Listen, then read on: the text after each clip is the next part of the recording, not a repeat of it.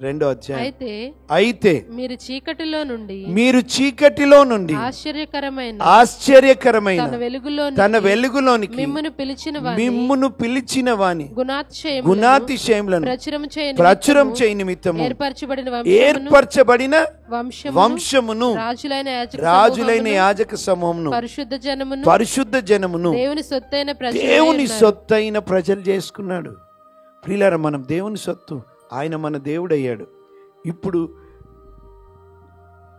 దేవుడు సొలొమోనుతో అంటున్న మాట ఏంటో తెలుసా?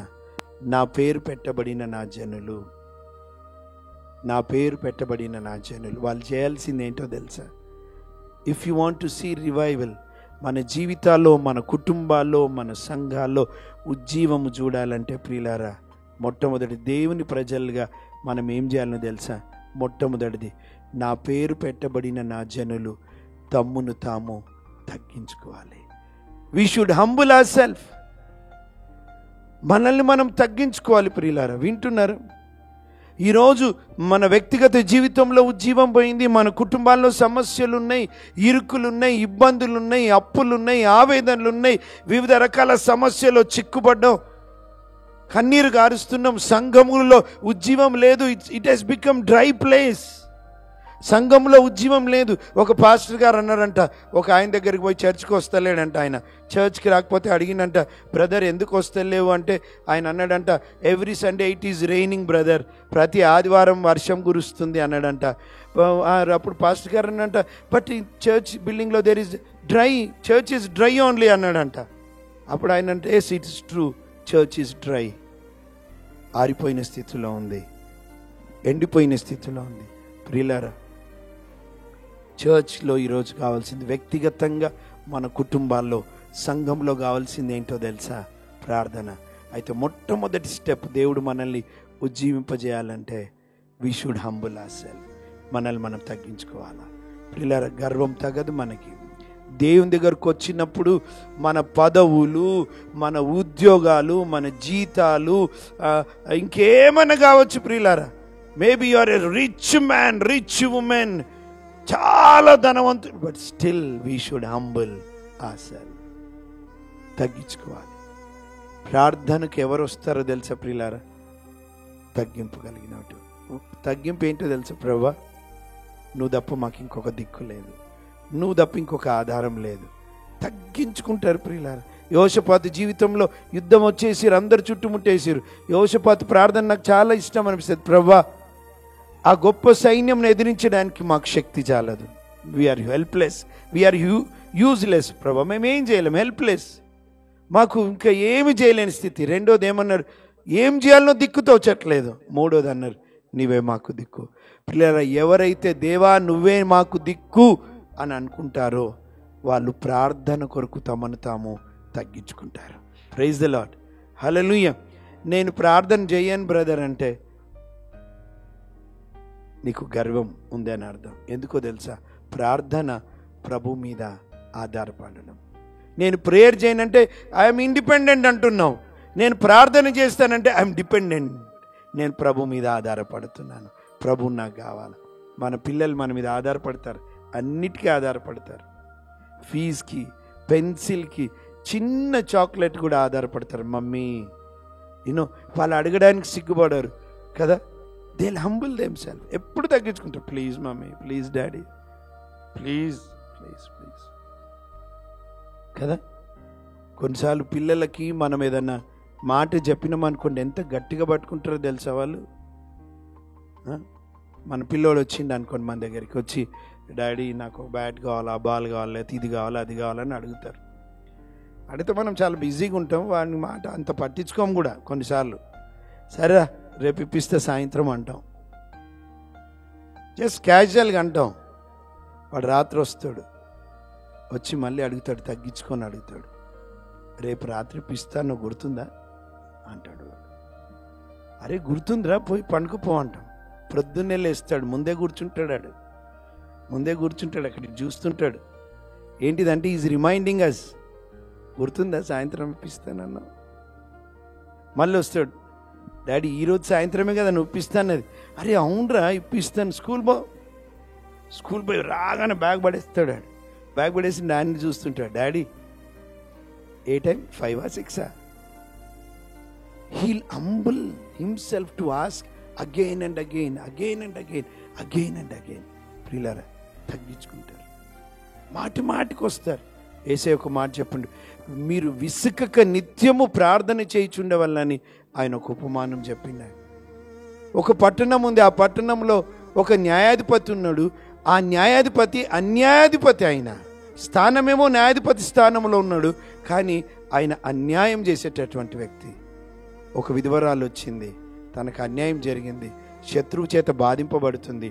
ఆ న్యాయాధిపతి దగ్గరకు వచ్చింది, అడిగితే ఆయన అన్నాడు, ఆయనకి ఇష్టం లేదు, దేవుడు అంటే భయం లేదు, మనుషులంటే లక్ష్యం లేదు, ఆయనకి డబ్బు కావాలి, అన్యాయం కదా.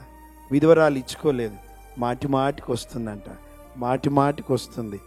రేపు రమ్మ. ఏ టైం రావాలయ్యా? 10 గంటలకు రా, ఉదయం. 9:45కే ఉంది డోర్ దగ్గర. She such a humble lady, విధవరాలు. పొద్దుగా డోర్ దిగండి, ఏందమ్మా ఇప్పుడు వచ్చిన? నిన్ను అన్నారు కదా 9-10 గంటలకు రమ్మని. అన్నానా? సరే బుధవారం రాపో. మళ్ళీ వెళ్ళిపోయి బుధవారం, మళ్ళీ శుక్రవారం, మళ్ళీ డేస్ గాన్, వెళ్ళిపోతున్నాయి.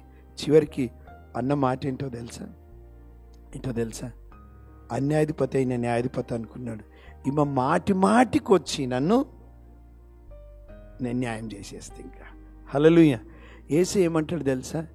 మనుష్య కుమారుడు వచ్చినప్పుడు ఇటువంటి విశ్వాసం కనుగొనునా? ఇటువంటి విశ్వాసం మళ్ళీ సి హంబుల్. ఇంకా ఏముంది, తగ్గించుకు, నాకు న్యాయం కావాలి అంతే.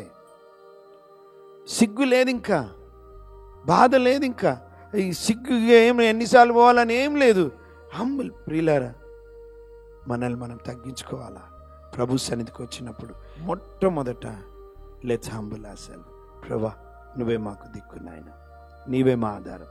నువ్వు తప్ప మా జీవితాలు మారవు, మీరు తప్ప మా కుటుంబాలు మార్చలేరు, ఎవ్వరు మార్చలేరు. నీవు తప్ప మా సంఘాలు ఉజ్జింపబడవు, నీవు తప్ప మా సమాజం ఇంకెవరు తాకలేరు. Lord, we come before you. మమ్మల్ని మేము తగ్గించుకుంటాం. సుంకరి వచ్చిండు, దేవాలయంలో వెళ్ళడానికి కూడా ధైర్యం లేదు, తల పైకెత్తుకోవడానికి ధైర్యం లేదు, గుండె బాదుకుంటున్నా అంటున్నాడు, దేవా పాపినైనా నన్ను కరుణించుము. యేసయ్య అన్నాడు, ఈయన కదా నీతిమంతుడిగా వెళ్ళిండు.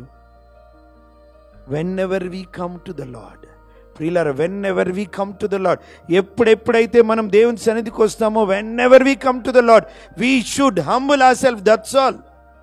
మనల్ని మనం తగ్గించుకోవాల్సిందే. మనకి ఎన్ని టాలెంట్స్ ఉన్నా, ఎంత మంచి ప్రీచర్ అయినా, ఏమైనా ప్రియులారా, we should humble our self. We should humble our self. అబ్రాహాంతో దేవుడు అన్నాడు, అబ్రాహాం నా స్నేహితుడు అన్నాడు.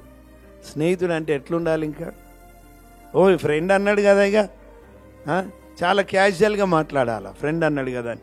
ఎందుకంటే ఫ్రెండ్స్తో క్యాజువల్గా ఉంటాం, మనం ఫ్రెండ్స్తో చాలా ఫ్రీగా ఉంటాం, క్యాజువల్గా ఉంటాం. కానీ అబ్రాహాం అంటున్న మాట ఏంటో తెలుసా? దుమ్మును ధూళినైనా నేను నీతో మాట్లాడా తెగిస్తున్నాను. సీ ద హ్యూమిలిటీ, వాళ్ళ తగ్గింపు చూడండి. అంతన్నా కూడా హంబల్. ప్రభా, నీతో మాట్లాడ తెగిస్తున్నాను. 50 మంది, 45 మంది, 40, 30, 20, ప్రతిసారి ఇంకొకసారి ప్రభా, ఇంకొకసారి. ప్రభు దగ్గరకు వచ్చినప్పుడు మొట్టమొదటిది, వీళ్ళారు మనం మర్చిపోదు, మనం మట్టివారం, ఒట్టివారం. ఈ మట్టి ఘట్టములో దేవుడు తన మహిమైశ్వర్యం నింపాడు. ఆయన దగ్గరకు వచ్చినప్పుడల్లా ఇప్పుడు అంటున్నాడు, నా పేరు పెట్టబడిన నా జనులు తమ్మును తాము తగ్గించుకోవాలా. ఈరోజు లెట్స్ హంబుల్ అవర్ సెల్ఫ్. మనల్ని మనం తగ్గించుకుందాం ప్రియులారా. మనలో చెప్పుకోవడానికి ఏం లేదు ప్రియులారా. ఏదైనా మనం అతిశయించడానికి ఉందంటే ఆయన మన దేవుడు గనుక. హల్లెలూయా. ఎవడైనా అతిశయిస్తే దేవుని బట్టి అతిశయించాలి. That's all. సో మొట్టమొదటిది, మన వ్యక్తిగత, కుటుంబ, పరిచర్య, సంఘ జీవితాల్లో, సమాజంలో ఉజ్జీవం చూడాలంటే దేవుని ప్రజలుగా మనం మొట్టమొదటిగా తగ్గించుకోవాలి. రెండవది, నా పేరు పెట్టబడిన నా జనులు తమ్మును తాము తగ్గించుకొని ప్రార్థన చేయాలా. తగ్గించుకున్నటువంటి వారి జీవితంలో ఏం కనబడుతుందో తెలుసా? ప్రేయర్.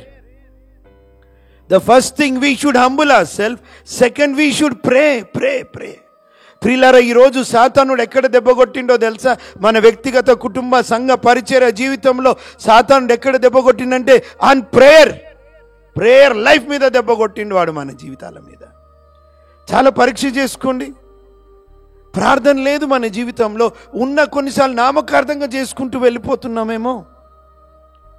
ఒకప్పుడున్న ప్రార్థన లేదు, ఒకప్పుడున్న తీవ్రత లేదు. కుటుంబ బలిపీఠం ప్రార్థన పడిపోయింది ఎన్నో కుటుంబాలు. There is no prayer at all, there is no personal prayer. వ్యక్తిగతంగా ప్రార్థన పోయింది, కుటుంబాల్లో ప్రార్థన పోయింది, సంఘంలో ప్రార్థన పోయింది. ప్రియులారా, ప్రార్థన కుడికలకి ఎంతమంది వస్తారండి? మిమ్మల్ని అందరిని బట్టి నేను దేవునికి స్తోత్రం చెల్లిస్తున్నా.